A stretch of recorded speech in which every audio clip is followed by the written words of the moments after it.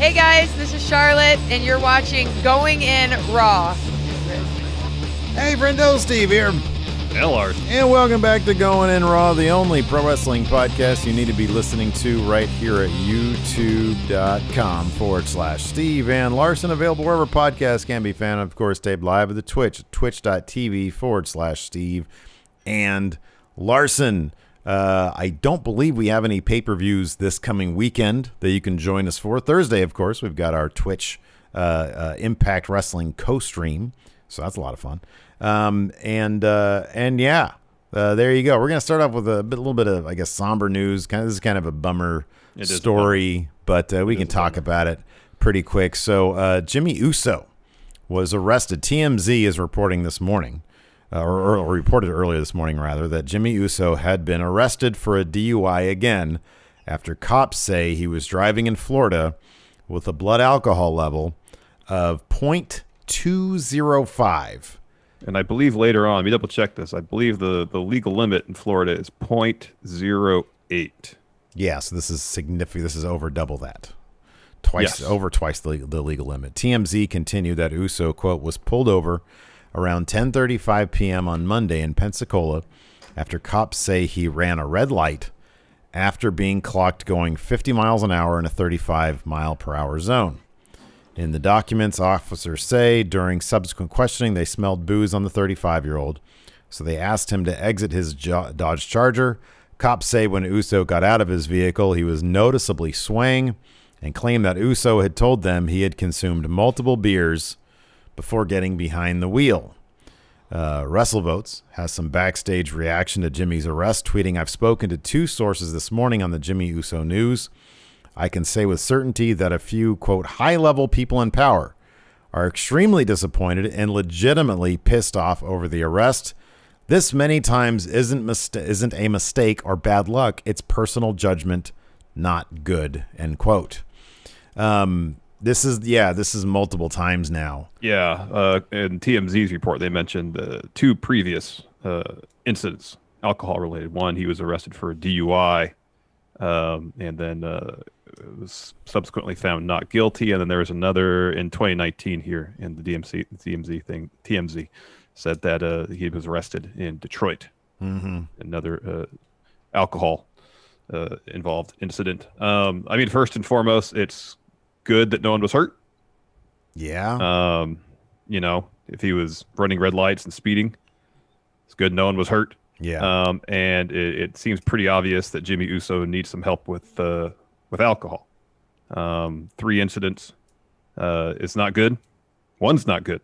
And as you mentioned, this day and age where it's really easy to, if you're drinking too much and you can't get behind the wheel of your car, you call a Lyft or an Uber, and you have a ride home. I mean, it's insane. Well, here's the thing. Like, I totally get it. I hope if he does have an alcohol problem, he gets his help. I mean, for all 100%. I know, this is literally only 3 times in his life that he's drank alcohol. I mean, I don't know. I have no idea. I don't know either. But the bottom line is, it's 2021. Uber and Lyft is a thing. Why isn't he using it? Like, it's a miracle. It's brilliant. When I was 20, like 25, 30, whatever, before all this magnificent technology came around, you had to call some crusty-ass cab and hope they don't charge you an arm and a leg, wait around a half hour for it to arrive. Maybe it does, Maybe it doesn't. So it was like, I'm only buzzed, which is horrible. You shouldn't be doing that at all. No, you shouldn't. But I had back when I used to hang out in Palmdale, Lancaster, half my friends out there had DUIs because they would do that stuff. There's no excuse within moments of you saying, yeah, get cab or get an Uber or Lyft. They're there. It's bizarre that anybody gets DUIs these days. It's bizarre to me. So if he needs the help, then get the help. Yes. If not, somebody install the damn apps on his phone so we'll stop doing this stuff. You're going to get somebody killed, maybe yourself, maybe a family, or you're going to end up, in prison for a long time. Mm-hmm. Come on, man. Got to stop doing this stuff. Yep. Anyways. So yeah, there's my rant. I'm gonna give you a quick reminder. We're available on patreon.com/Steven Larson. I did that just to pop you. No segue whatsoever. Oh my goodness. No, this is exciting, man, because this week is the last episode of Ask Steven Larson. That's right. And next week, we will be debuting exclusive on Friendo Club TV. Patreon.com/Steven Larson. $5 a month for the bonus episode. You get that plus Power Rank, which we do every Tuesday. The numbers don't lie. Also known as Going in Raw Math, the show. The show, yes. Larson, who's going to be our first wrestler that we're going to do official? I mean, it could only really be one person, right? Yeah. You the know? man who invented Going in Raw Math. Inadvertently. Yeah. Bret the Hitman Hart. Yeah, Bret Hitman Hart. That's right. This isn't going to be just you and I sitting here, maybe this, maybe that. We're going to be reaching out to the friendos. This is on going to be every backed by platform math we have. and science. This isn't going to be just the opinions of a couple of fools, us. This will be the opinions of everybody. And by doing, getting a large sample size, I think Going in Raw Math, even we do it's pretty solid. Yeah. But if we get hundreds, thousands of people submitting their responses, this is going to be unassailable. There's no way anybody could argue against Going in Raw Math at that point because science is going to be behind it. Math is going to be behind it. In a day where science and math really matter, like in the past, whatever. But these days, definitely, yes, they matter. This is the most important show in wrestling history. And you can only watch it at patreon.com/Steven Larson, $5, or by throwing us a Twitch sub. You can watch it on Twitch. We'll do it live. And on YouTube. So that starts a week from Thursday. Yeah. Which, if I'm not 9 mistaken, days. is 9 days. 9 days from tonight. 9 days. Yep. So it's very exciting. So yeah, great stuff coming up here at Going in Raw. Indeed. Serviceable stuff on Monday Night Raw last night. Well, serviceable. I mean, that's sort of like bare minimum effort, right? Here's the thing. I didn't think Raw was good. I didn't think it was bad. I didn't think enough happened either way of interest to make me feel anything more about it other than it happened. There was a couple good matches. In terms of storyline progression, there wasn't a whole bunch.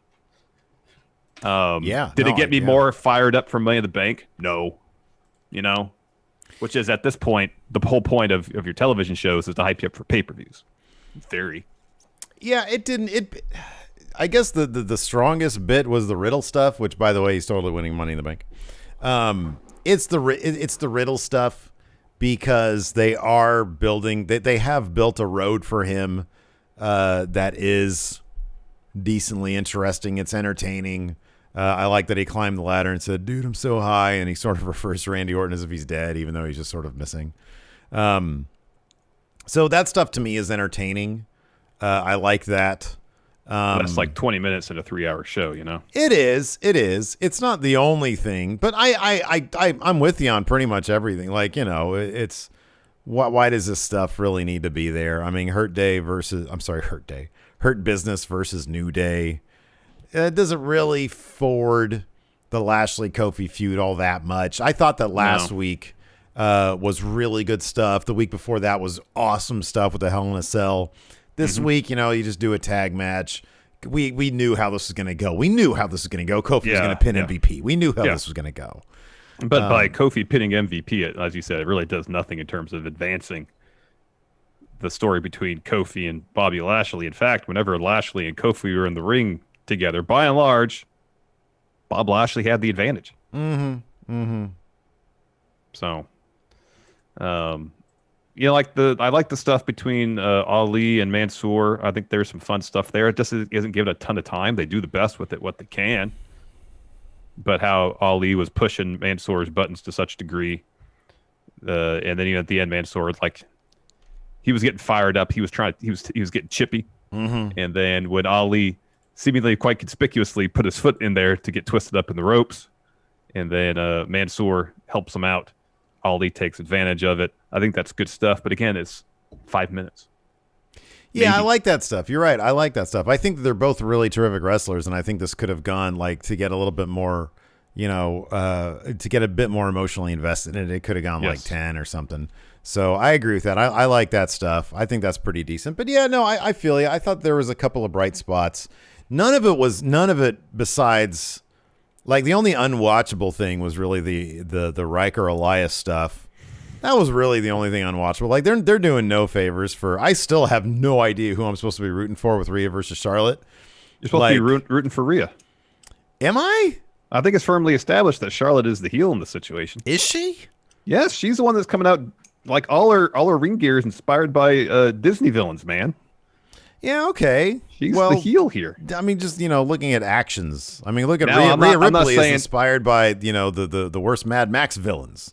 I'm not saying that villains. that necessarily makes Rhea the face. I'm just saying I think it's pretty well established that Charlotte's the heel here. No, I get that. I'm just throwing the question out there because, like, she comes out there with a crutch and she's hurting, and she that says, bit was funny when she was doing her thing on the stage, and then she tried to kick Rhea her leg she was hilarious. But I was watching this, I was like, funny. this is great work for a heel. And then they have that. No, ridiculous... she's a face. She's a face that's just making fun of Charlotte. Yeah, I get it. Still, I don't really. She comes out. It was really funny stuff. And then they have that ridiculous duel with the crutches. Yeah, that was. I don't know. Nobody here is all that likable, to be honest with you. I don't disagree with that. I'm looking forward to this feud being over. I'm looking forward. Hopefully after this match, this will be its conclusion. Yes. Mm-hmm, yeah. I mean, to me, it's surprising because you look at Rhea Ripley and she looks like a million. She looks great. Like that. Just her presence is like, holy crap! This person's made to be like a top champion. And it's just sort of goofy, It's just not. They're not doing her any favors. They're basically accentuating weaknesses as opposed to hiding them and accentuating strengths. Yeah. So yeah. Let's take a quick break here to get a word from the sponsor of today's show, Sheath. So Steve. Yes. You're a boxer brief type guy, right? That is correct. I like to keep my business down under secure, Larson, but I also need some room to let my dude parts breathe. Hence, I'm a boxer brief guy. All right, well, let me tell you about these Sheath boxer briefs I got on. In fact, I got a pair right here. Oh, wow. Here's the thing. They're designed to keep your man bits off your legs. Oh. Sheath has 3 individual compartments right here. Okay, I see. Everything down there separate and cool and comfortable. Think of it this way, Steve. Sheath's got an inverted kangaroo pouch. I got my hands on it right here for your Joey to keep you from sticking to your thigh. Can't believe you just ripped your underwear off to show us on the internet. But I definitely don't like when things get sticky down there, to your point. Unless, of course, I intend them to get sticky down there. You know what I mean?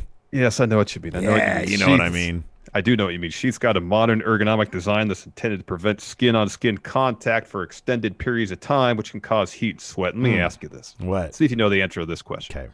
When you put heat and sweat together, what do you get? Ooh, you get that dirty funk. The dirty junk funk. It's funk that emanates from your junk. And if anybody catches a whiff of it, whoo boy, they're not going to be around. They're not going to be your friend very much longer, Larson. All right, but here's the thing, though. Sheath prevents all that because everything is separate. That means no smelly undercarriage, and that means you'll chafe and readjust way less. I don't want to be around smelly people. So if you want to keep your front area cool and comfortable, go to sheathunderwear.com/raw for 20% off your order today.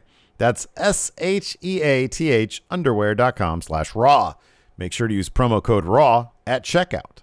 Trust us, you'll be doing your junk a favor by going to sheathunderwear.com/raw for 20% off. Again, that's sheathunderwear.com/raw for 20% off. Before we get back to the show, here's a word from the sponsor of today's show, BetterHelp. Several years ago, while dealing with severe anxiety, I learned the importance of talking to a therapist, but also discovered that it could be extremely difficult to find the right person to talk to. Today, BetterHelp is providing a safe and private online environment where your needs will be assessed. You'll be matched with your own licensed personal therapist. BetterHelp isn't a crisis line, nor is it self-help. It's professional counseling done securely online, all without having to ever sit in another uncomfortable waiting room.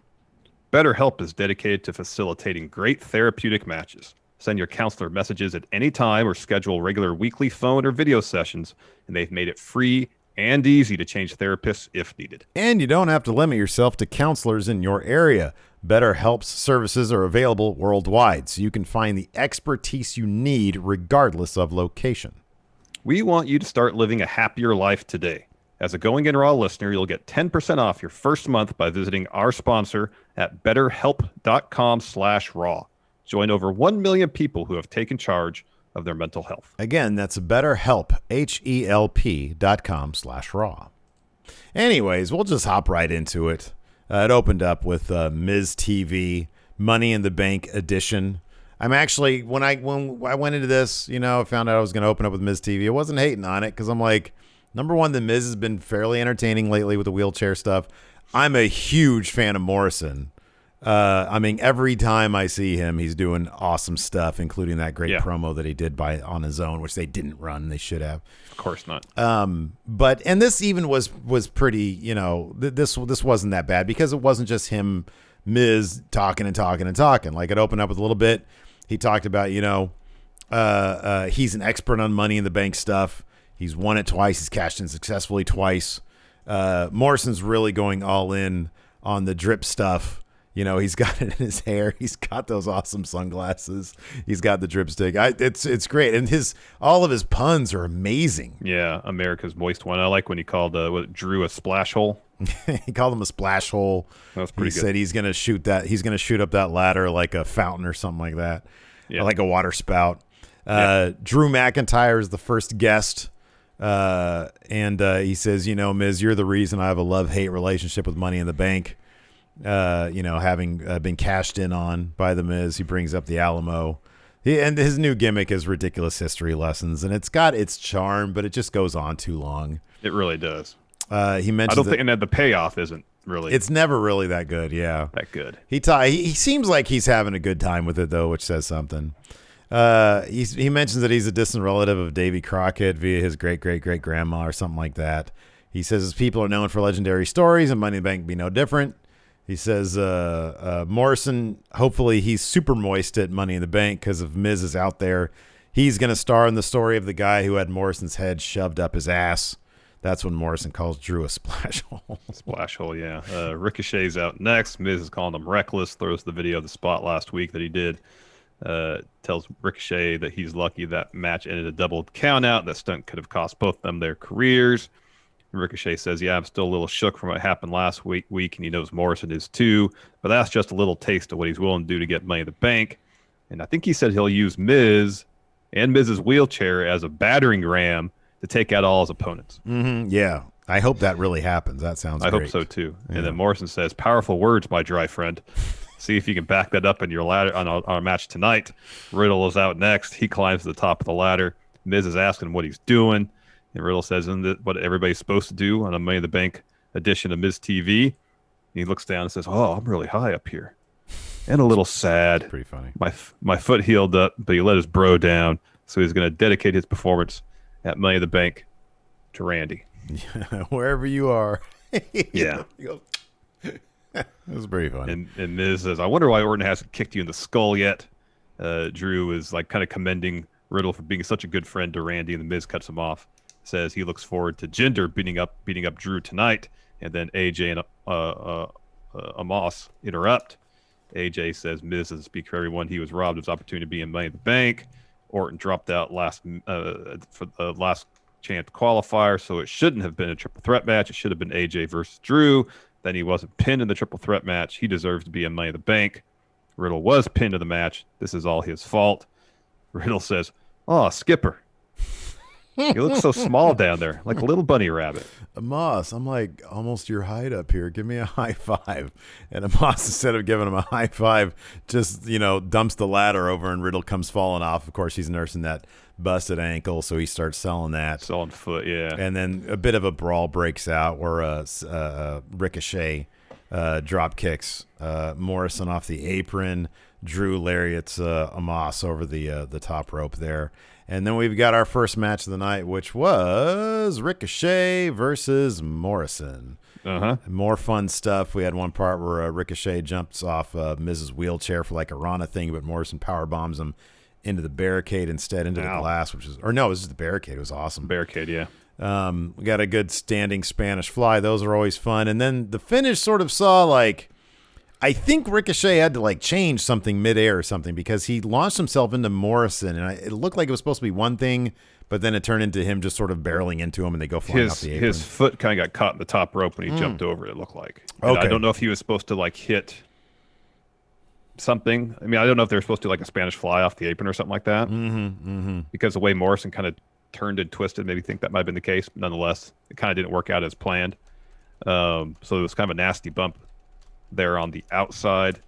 Morrison gets back in the ring, and then the Miz very slowly kind of runs interference in his wheelchair in front of Ricochet, so he can't get to the ring in time. So Morrison wins by count out. It was a pretty clever spot. Yeah. After that, Jinder Mahal backstage arrives on a sweet-looking chopper, gives an interview with Kevin, puts over how close him and Drew used to be. He said, but lately Drew's been too busy for me. He mentions having a text message conversation where Drew's kind of blowing him off. And he says, what, does Drew think he's better than me? Drew is already qualified for Money in the Bank. I should have been included as well. The modern-day Maharaja.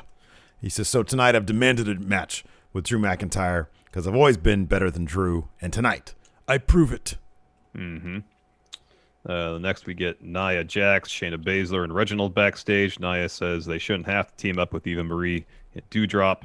And then Reginald notices Alexa Bliss is lurking in a hallway kind of behind. Milling about. Yeah, Shayna and Nia. So they turn around to look. She's gone. And at one point, the camera kind of pans over. I wanted to reveal Bliss there again, and she wasn't like there. Yeah, I know. I really wish it would have caught her like stepping into frame because it's so goofy. It's just it is really goofy. I get that they like this stuff, but it's so silly. It is super silly. So Shayna says, "All right, that's enough. We gotta get together." Nia says, "Come on, Reginald's been through enough. Let's just get through this match." They all walk out. Camera pans over, and there's Alexa again. Yeah. So then, if I'm not mistaken, we're backstage, and this is where Nikki's talking about. She's sort of preaching to Asuka and Naomi about believing in themselves, and that's why she did the superhero thing. Naomi says, I'm so happy you have this newfound confidence. And Asuka says, for the second year in a row, I'm going to win Money in the Bank. Nikki hears her theme song, and she's like, oh, I feel like a superhero. So she runs out. They're really starting to run with the Nikki Ash thing. But they still announced her as Nikki Cross. Like the announcers were kind of doing Ash, but then the actual official announcement was Nikki Cross. But then her lower third said Nikki Ash. That's right, yeah, and it has like a superhero feel to, like a comic booky feel to it. So she runs out. Alexa comes up and says, hey, don't get your hopes up on winning Money in the Bank. Who's your pick right now for the women's Money in the Bank, Larson? I've been pretty consistent saying I think Alexa's going to win. Fair enough. I'm unsure about this one. I wonder if... I'm unsure about it. Alexa's a good pick. I think it might be Nikki, though. Let's see here. I would have thought that, but then Nikki just took a clean L to Nia Jax. Yeah, I know, but I don't know if that helps her case or lessens her case. I kind of wonder if the women's side of things... I don't feel like there's a clear path. I think in the men's side of things, there's like a clear path. It's Riddle. That's it. No other cases to be made. No, I think you can make a case for Big E, especially if he's switching brands. I think you can make a strong case for Big E. Yeah, I don't think so. But Riddle, definitely a case. Big E is the one that I want to have happen because of the scenario you and I have talked about. That's what they should do. That's the case. I don't have faith that they're going to, though. That's the thing. They never do the cool thing. Except last year with Otis. That was, No, that was definitely not cool. For me, it was awesome. Then we had AJ should have totally won that. And Alexa, Nikki, Asuka, and Naomi versus Piper Niven, a.k.a. Doudrop, Eva Marie, Shayna Baszler, and Nia Jax. Pretty much everything you'd expect out of this match. No surprises. Nia won with kind of a surprise. Nia pinned Nikki Ash with a Samoa drop. And, of course, Eva Marie claimed the victory for herself. And you're looking at Nia Jax, you're like, come on, just get down there and punch her in the face because it'd be so satisfying. I like this Eva Marie stuff, man. Yeah, it's pretty solid. And several times, like, the match started, Eva Marie tagged herself in because Doudrop was in. Hits Naomi with the forearm, and once Naomi's like, all right, I'm done selling this, Eva Marie runs right over to the corner, tags do drop back in. That happened one other time too, where she was in for a little bit. Tags Shayna in. Once like action started to pick up, Eva Marie wanted nothing to do with it. Yeah, totally. After that, we had the Hurt Business backstage. Kevin walks in for an interview. MVP asks him, or he was asked why he changed Lashley's match from a singles match against Xavier Woods to a tag match. MVP wonders how Kevin gets into their locker room each and every week. So he hates that guy. Yeah, next time if you want to talk to Lashley, make an appointment. Says he made it a tag match because Xavier Woods doesn't deserve to be in the ring with Lashley. Last time Bobby demolished him. Says standing in Lashley's corner has been one of the great honors of his career, but he's not going to be disrespected. Last week, he came out to talk to Kofi. Instead, he was assaulted, but worse than that, Kofi disrespected Lashley, and then Lashley snatches the mic, says he obliterated Drew and Woods inside Hell in a Cell. He gave himself a little bit of vacation, but tonight he's going to send New Day on a permanent vacation because he heard what Kofi said. He called him soft, said there's not a soft bone in my body, so he's going to take all these words that Kofi has said, shove him down his throat, and he's going to hurt him. They're the Hurt Business, and that's what they do. That's what they do. We get a little bit from last week. Mansoor was a network exclusive. Mansoor backstage with Ali. Of course, he was pissed with him over Ali eliminating him from the Money in the Bank Battle Royal qualifying match. Ali says, look, man, I just don't want you to become me. And then, like me, yeah. Yeah, and so the lessons continue with Ali versus Mansoor. This is good stuff, man. Like you said earlier, Mansoor, number one, those gold boots of Mansoor's are amazing. Those are beautiful. Yeah. It's like something out of 2K. Yeah, Mansoor's got the upper hand on a lot of this match, getting really chippy, getting aggressive. And then Ali, like you said, gets his foot caught in the ropes, starts writhing around and screaming in pain. Mansoor lets his guard down. The ref, he helps Mansoor Mansoor and the ref help Ali get free. And Ali's down there. He's just like, selling the ankle. And then, of course, he surprises Mansoor with the roll-up. He was playing possum for the win. Yep. After that, we had a Drew McIntyre interview. He said he heard what Jinder had to say earlier. He has some opinions about the whole text message stuff, but he says at least Jinder's willing to get in the ring and fight him. He says nothing is given around here. Everything is earned. He says, take my sword, for instance. It's a family heirloom, but the sword is made from the tooth of the Loch Ness Monster. And he tells some tale of himself going into Loch Ness, wrestling Nessie, claymoring a tooth out of her mouth. But in the process, they became friends. And the Loch Ness Monster tells this warrior, Drew McIntyre, that if he makes a sword out of the tooth, he'll have a successful career, beat Jinder, and then win Money in the Bank. Yeah. It's all a bit much. It's a bit much. He seems like he's having a good time, though. Me, not so much. Drew McIntyre versus Jinder Mahal. Of course, Jinder flanked by Veer and Shanky. So mid-match, Jinder finds himself on the outside, sort of lures Drew in. He's jabbing. He's talking with Veer and Shanky. And then Jinder gives him a throat strike and then suplexes him on the announce table table. It was a pretty violent sequence there. This I loved. We come back from commercial. We're back inside. Drew hits like a neck breaker. And then he air guitars. Shout out to 3-man band. I love that. Yeah, that was great. Then he hits a future shock. When he has Jinder ready for a Claymore, though, Veer and Shanky attack. We get a DQ finish. They keep on attacking him after the bell rings. And Jinder ends up hitting a Koloss, like a great super kick and then a Koloss. And then Jinder runs up the ramp and steals Drew's family heirloom, the sword. Yeah. He took it. It was pretty great. Yeah. It was pretty great. And what do you shout at him? He goes, you took my opportunity. I'm taking your precious heirloom. Is he going to barter for a spotted Money in the Bank? Maybe he'll try to. I will trade you this one sword for Money in the Bank opportunity. I mean, what is Drew to do? He has to make a decision at that point. I guess so.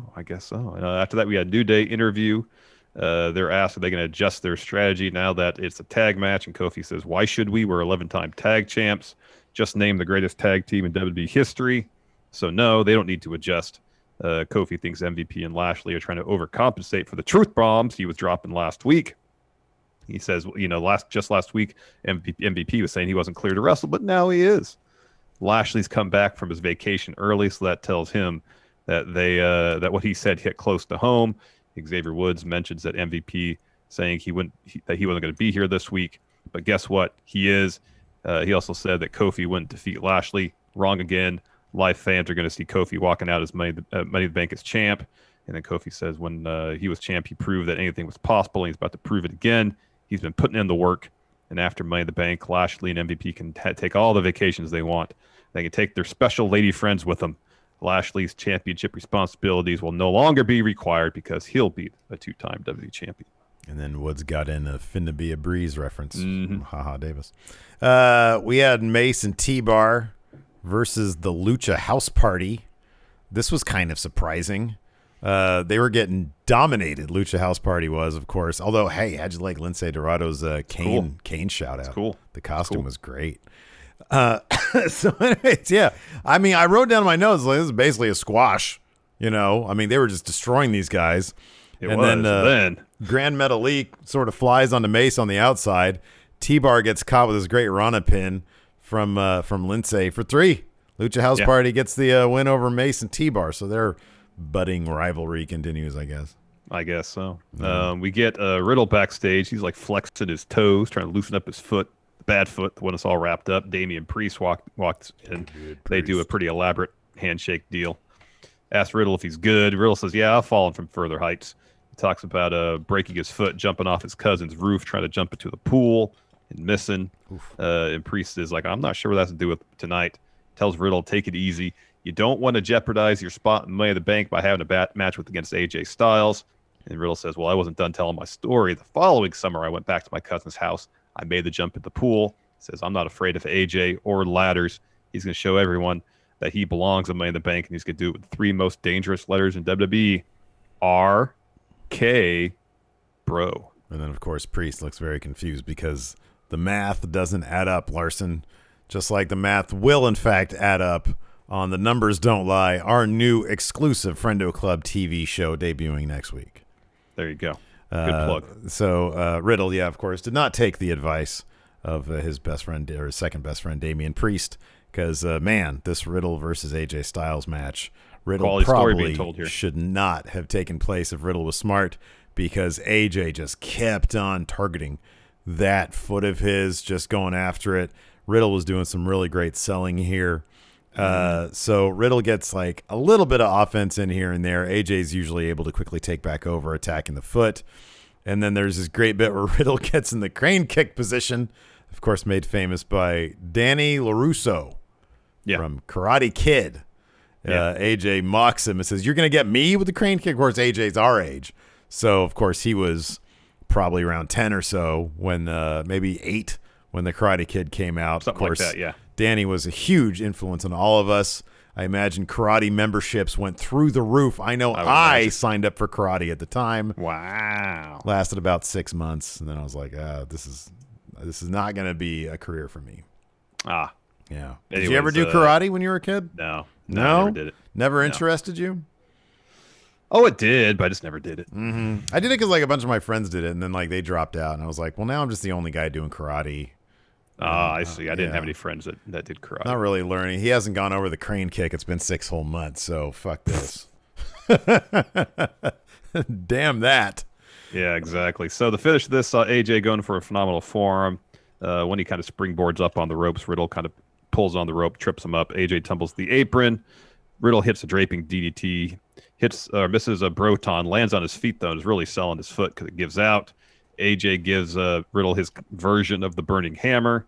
That gets him a 2. He set up for a Styles clash. Riddle blocks it, and then the Viking Raiders show up from behind the barricade to go after Amos. This distracts AJ. Riddle then rolls him up to get the win. Let's see here. After that, we had Charlotte coming out on a crutch. Talk some stuff about the NBA playoffs being ruined because of injuries. Praises Rhea Ripley for taking her out because she knows she can't compete against her if she's out with an injury. Says this is probably something she would do if she knew she wasn't as good as her opponent. Rhea comes out on her own crutch. She tries to do the stomp thing. That was great. That was and actually really good. It was pretty damn funny. I'll be honest. It was pretty damn funny. She comes down. She sort of mocks Charlotte's entrance as well. Has somebody open the ropes for her. She gets on the mic. She's doing a lot of overacting here. She says, "You're right. I did exactly what you would have done. And I'm doing what you're doing now, which is being a drama queen." And they both at the same time kick the crutches away, revealing that Charlotte's just fine. Rhea's just fine. Of course, we knew that. She was mocking her. Charlotte takes her heels off as ready to throw as Rhea takes off her title. They both pick up the crutches like they're lightsabers. They have this awful crutch duel. Charlotte eventually gets the higher ground, but then Rhea gets the higher ground, which, of course, you know, is the most important thing about a duel is having the higher ground, Larson. Yeah, you got to have the higher ground. Mm-hmm. We saw in Revenge of the Sith what happens if you don't have the higher ground. You just get burnt to a crisp. Yeah. You roll in some lava. So Rhea barely misses Charlotte, who escapes and is like, "Oh, you almost got me there." So this is really silly stuff. It is. Who booked this shit, Bruce? It's almost worth it for Rhea doing the Oh, spot for at the top of the sure. ramp. Yeah. That almost redeemed the whole thing. I watched that several times on Twitter because it was so funny. was Anyways, pretty after good. that, I don't know why this match happened. Elias and Cedric Alexander teaming up to take on Jackson Ryker and R-Truth. So before the match even begins, Tozawa gets chased into the ring by the 24/7 division. Truth tries to roll him up. Tozawa kicks out, and then he's chased backstage, and R-Truth is like, well, he wants to get that title back, follows them up the ramp. So now it's effectively a handicap match. So towards the finish, this all lasted like 3 minutes. Too. This is a really short match. Yeah. So Ryker hits Cedric with a Uranagi, throws him into his corner, and he wants Elias to tag in. Instead, Elias steps off the apron, walks up the ramp, and then Ryker just hits Cedric with the Boss Man Slam for the win. Yeah. Remember yesterday how we were talking about what angle is somebody asked us what storyline is Vince pretty much over with, like what storyline is he tired of and is probably going to kill it soon. And somebody said Cedric. And I was like, yeah, that's exactly right. Cedric being like this like bizarre, not very good legend killer. Yeah. That's it. And that totally happened last night. Yeah, unfortunately. They had something so good with Cedric when he was the hothead of the Hurt Business, and it's been pissed away. You got that right. Just pissed You got away. that right. We get a quick shot of Lashley doing some pull-ups backstage. MVP's hyping him up again. Kevin walks in, and MVP just says, "Does this look like a man who has lost his edge to you?" And the camera pushes it real close. Lashley looking super intense. Oh, yeah. Super close Super up. intense. Very sexy. Super intense. And then we have our main event, New Day versus Hurt Business. Yeah. This was a cool enough match. It had some good story beats, but, we sort of knew how this was going to happen. Whenever MVP's in there, you're just thinking to yourself, okay, when is he going to take the pin? And sure enough, like Woods ends up taking out Cedric on the outside after MVP tags himself, or Lashley takes care of business on Kofi.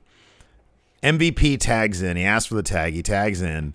Xavier Woods takes out Lashley on the outside, and as MVP tries to go for a playmaker, Kofi counters that into a Trouble in Paradise and gets the pin there. So of course Lashley and MVP are both pissed. New Day walk away. New Day's probably, there's only like a week and a half left until There's only one more Raw till May. There's only one more Raw. Yeah, that one's gonna have. That's the last one. That's the last one at Thunderdome, right? Yeah, that's being taped this week. Oh, that's actually being taped this week. Okay, Apparently, okay. And then SmackDown next week is gonna be Is live. con human beings. Yeah. Okay. Cool. Right on. Anyways, let's go ahead and answer some questions. Or do you want to talk? You want to talk Great American Bash first? That's on. Oh, sorry. That's right. Yeah, we got. I forgot. I was looking at your notes here. We've got Great American Bash tonight. It's a loaded show. It is a pretty good show. It's a pretty good show. Cool Kyle versus Adam Cole should be a really good match. How are they going to fit? How many matches are there? 1, 2, 4. How are they going to fit all this in 2 hours? 2 hours and 15 minutes. There's always an overrun. Yeah, usually like a 5 to 7 minute overrun. Yeah. Man, this first match, Io Shirai, Zoe Stark versus The Way. The Way is going to win that. Totally. This one's up in the air. Thatcher and Ciampa versus MSK. I would not be shocked if Thatcher and Ciampa came away. I wouldn't be either, but I still feel like MSK is going to win. Okay. Cameron Grimes versus LA Knight's totally winning this. LA Knight's winning, and then Adam Cole's beating Cool Kyle. Yeah. And then there's a Gargano cross face to face. I thought, okay, when is that match going to happen? Probably a takeover. When's the next takeover? Or sooner, who knows? There's not a takeover for Money in the Bank, no. No, SummerSlam weekend there is. SummerSlam weekend, okay.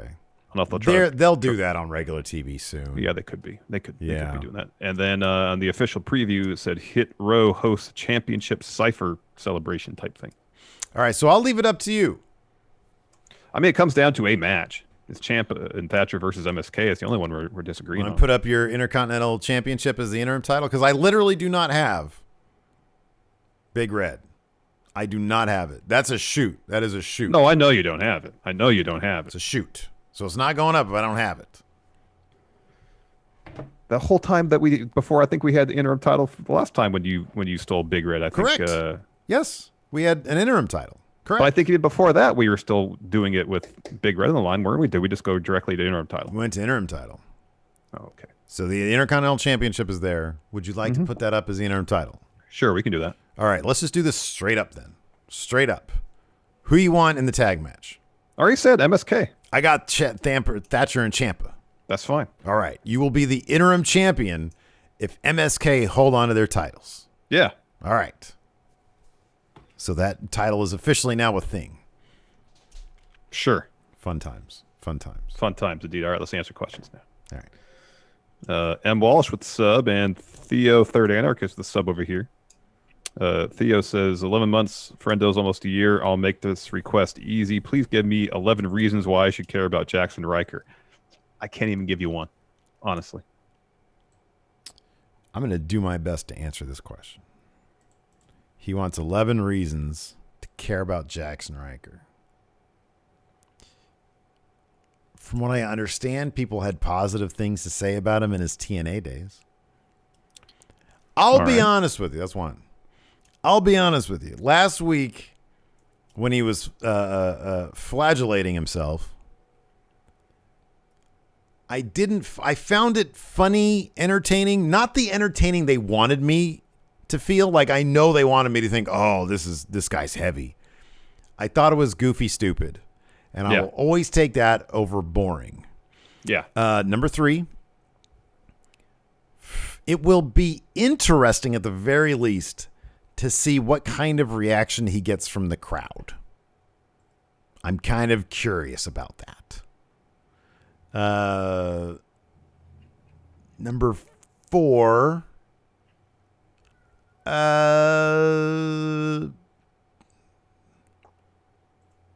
at some point in the future, his thing with Elias is going to be done with. All right. Evidently, it's not now. No. Number Apparently going all the way through the pre-show Money in the Bank, maybe. Number 5. I can't. I did 4. 4 is pretty good. I did 4. 4 is pretty good. I try. Do what I can. You did try. Rich here on the Patreon says, are they planting seeds for an Alexa face turn given her tag team partners last night? I think that she's supposed to be the face here. I do think that she's supposed to be the face. Too. Like the Fiend was supposed to be the face. Because she's going up against Nia, Shayna, and Reggie. So I think in their minds she's supposed to be a face. Mm-hmm. Yeah, I think so. Michael So Dope. The thing I've never really understood about wrestling is that if some of the wrestlers have superpowers, then what is their motivation to just be wrestlers? Oh, that's the ridiculous aspect of it. You're absolutely right. It makes 0 sense right. whatsoever. Yep. It's like, why would the Fiend? I don't think the Fiend really. Well, maybe the Fiend ran ropes, but it's like, why would the Fiend ever run ropes? Doesn't make any sense. I mean, honestly, why does any wrestler run ropes? And that's I understand that. I mean, like if someone tries to send you into the corner, like with an Irish whip, why would you run? You have to run to get from one corner to the other. Oh, that part. I'm sorry. Running ropes to gain an advantage. I understand. Okay, yeah. But if someone tries to send you an Irish whip makes 0 sense whatsoever. Why would you run? It's if like, you why would you run? And then some people just collapse. And maybe the thought is, maybe as part of kayfabe wrestling training, if somebody whips you into the ropes, it's kind of a risk reward thing. Like, you could come back. Like, you might as well just run with it because you're escaping their grasp and you could come back with something. But then they drop down and then they flip over you or they jump over you. Yeah. Edub asks, is it better for the women tag titles for Eva and Piper to win them to put over Piper? And why is it a bad idea for everybody but Liv to win Money in the Bank? It feels like it's make or break for the women's division after Money in the Bank. Why is it a bad idea for everybody but Liv to win Money in the Bank? That's a convoluted question. Why is it a bad idea for everybody but Liv to win Money in the Bank? Edub really must like Liv Morgan a lot. A bad idea for everybody. I think it's a good idea for Nikki Cross because I think the roof will explode if she cashes in on Charlotte after that match. If Charlotte wins that match, I think and I think it's great to have a target on her back, and she could be the scrappy underdog. I think it would be a good idea for Alexa Bliss because it'd finally give this version of her character direction. Yeah. I feel like right now it's just kind of floundering, and if she has Money in the Bank, that might provide some measure of direction for her. You could do it's a good idea for Asuka because you could do some interesting stuff there. She has nothing going for her right now. Nope. And that could jumpstart some stuff. I kind of feel like it's a good idea for everybody but Liv Morgan. I don't know what Liv Morgan would do with Money in the Bank. Like, it's going to be interesting when fans come back. Like, they need to do something with her. I know they are kind of doing something with her, but like, they need to do something more with her. I know. I think she's terrific. She's a really fun wrestler. Like now that she is. It's all about consistency and follow through. Like they'll start and stop stuff. They were with her and Ruby Riott. Yeah. And you know, if they're going to have her win a bunch of matches against all her opponents, then you get up to Money in the Bank to get the match. Well, she'll be in the match, probably not win it, and then what next? You know, It's all these really short-term storylines for her, but no follow through thereafter. The Rain Trigger, Luisa Reza. Who would you love to see as a surprise 9th entrant for Money in the Bank? On the women's side, definitely be Becky. Yeah, or Sasha. That'd be pretty great. Becky or Sasha. Ryback on the men's side. Oh, gosh. Feed me more. Karrion Kross. Oh, God. He's going to look so confused out there. Kyle, will Ricochet versus Morrison be the match or angle that will destroy the Thunderdome once and for all? Wouldn't that be terrific? That'd be great. Is Falls Count Anywhere next week? Yeah, that's good. Hip Hop Hippo says a live crowd would have popped huge for a crane kick. Riddle is going to win over the crowd fast. I think they're going to be huge for Riddle. I really do. Eddie Brock's Venom. Do you think with Riddle's ankle injury, is he going to be taken out of Money in the Bank and Randy's going to compete on his behalf like Riddle did on Raw last week? That's a possibility, but I kind of feel like if that doesn't happen, Riddle's going to win. Organ Grinder says King of the Ring is allowed to return, but we have to get rid of one current WWE pay-per-view. What are we doing and go away with? Oh, God. As long as it's not Rumble, Mania, Money in the Bank, SummerSlam, or Survivor Series, you can get rid of any of the other ones. You can get rid of Hell in a Doesn't Cell. matter. You can get rid of Extreme Rules. You can get rid Doesn't of... matter. Take your pick. Payback, Backlash, Battleground, Roadblock. Doesn't matter. Fast No Lane. Mercy. Doesn't matter. No Mercy. I don't think No Mercy's been a pay-per-view for a long time. Since 2018. Didn't we go to last No Mercy?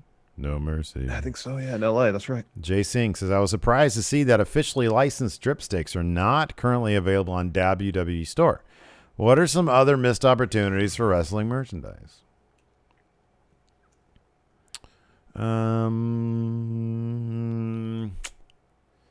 Usually they're pretty good about capitalizing on. Like, how come they didn't ever do? I know they did Bootios. Why did they never do New Day branded pancake mix? Yeah, that's a good one.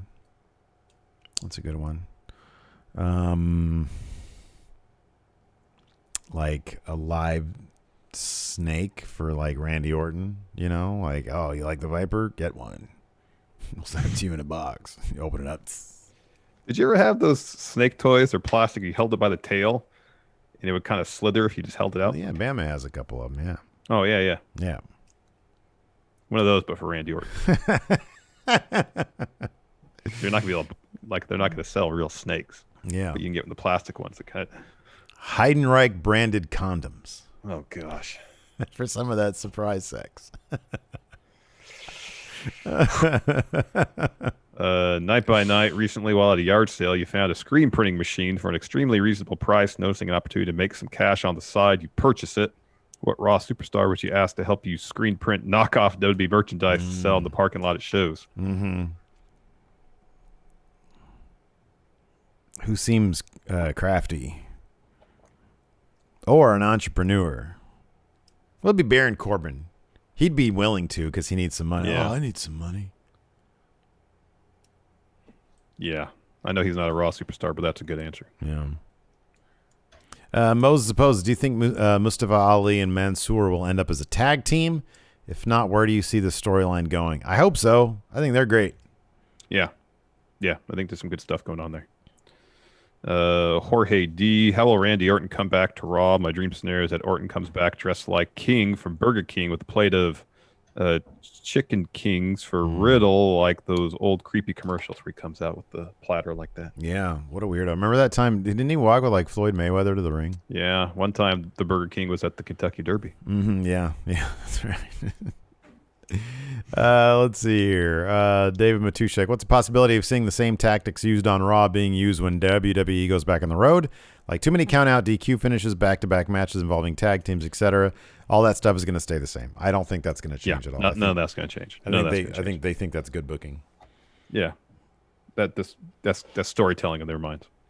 Oh, this is a great question from Luis Areza also. If they bring back custom Money in the Bank briefcases, how would each look, and whose would look the coolest?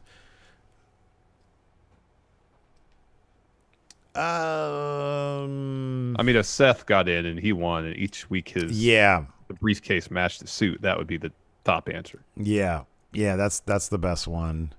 I'm trying to think of any others that would really demand. Well, I think if Big E won, if he decorated his, in like in a New Day style, like the ring gear, which is always tops. Yeah, I could see. Who is this? Said Morrison's would look good. Mm-hmm. Here's a good question Theo, from Third Anarchist. Thank you. White Brownie says, which champion is in danger of losing via cash-in at Money in the Bank? Let's power rank WWE champ, Universal champ, Raw, and SmackDown as champions. Who's most likely to get cashed in on? Charlotte will have that title for moments, and she will be successfely cashed in on. Agreed. I think that is going to happen. They should have Big E successfully cash in on Lashley, but it's not gonna happen. I mean, obviously, Universal Championship is not. That is not gonna happen. Not happening. Not gonna happen at all. So it's the Raw Women's title, WWE Championship are 1 and 2, and then the SmackDown Women's title, and then the Universal Championship. Yes. Yeah. Power rank, and that's the order. Who would cash in? I mean, yeah, we still. How many spots are open? So, like, it's going to be what? Liv, Carmella, Thea Trinity, Zelina Vega, and there's one more spot. Yeah. Right, Carmella, Zelina. So I don't know if Sonya Deville is going to put herself in the match. Is Sasha going to come back? Maybe Carmella will win again and cash in on Bianca. But it kind of depends on who that next person is. You don't think that's going to happen? No, I don't think anybody's cashing in on Bianca unless the only person I can see cashing in on Bianca would be Sasha Banks. Yeah, I don't know. Maybe. Or I guess Bayley if she somehow makes her way. Yeah, I was thinking Bayley would be more likely. But there's no way Becky's going to cash in on Bianca. That's why I don't think Becky's going to be in that match. No, I don't think she is either. Let's see here. John Elite, what's the proper way to fix Raw? Cut it 2 hours or fix the storytelling? Well, you try to fix the storytelling first. And if that's just not possible because the 3 hour runtime's too unwieldy, then you cut it down to 2 hours. But that's never going to happen. We'll end on this one. This is pretty funny. Matthew Makovsky, this is terrible. Says a future punishment idea. If Drake Wirtz is starting his own podcast, the loser has to react to one full episode of the podcast. But then he says the actual question is this: do you think Big Bob versus Kofi will be match of the year contender worthy or just a decent match? I don't know about match of the year contender, but maybe match of the show, maybe match of the Money in the Bank. Although I think Bayley versus Bianca is going to be pretty damn good too. Yeah, it is going to be good. I think it'll be really good match of the year. I don't know. I mean, I'm hoping it's really good. Mm-hmm. I mean, is it going to be akin to the match that we could have gotten between Kofi and Brock Lesnar? You know, because Brock can put on those great matches with smaller opponents, and we were robbed of that for sure. Yeah. Anyways, that's going to do it for us. Thanks, everybody, for tuning in. Twitch chat, stick around. We'll answer some more of your questions. Thanks for watching. Until next time, we'll talk to you later. Bye.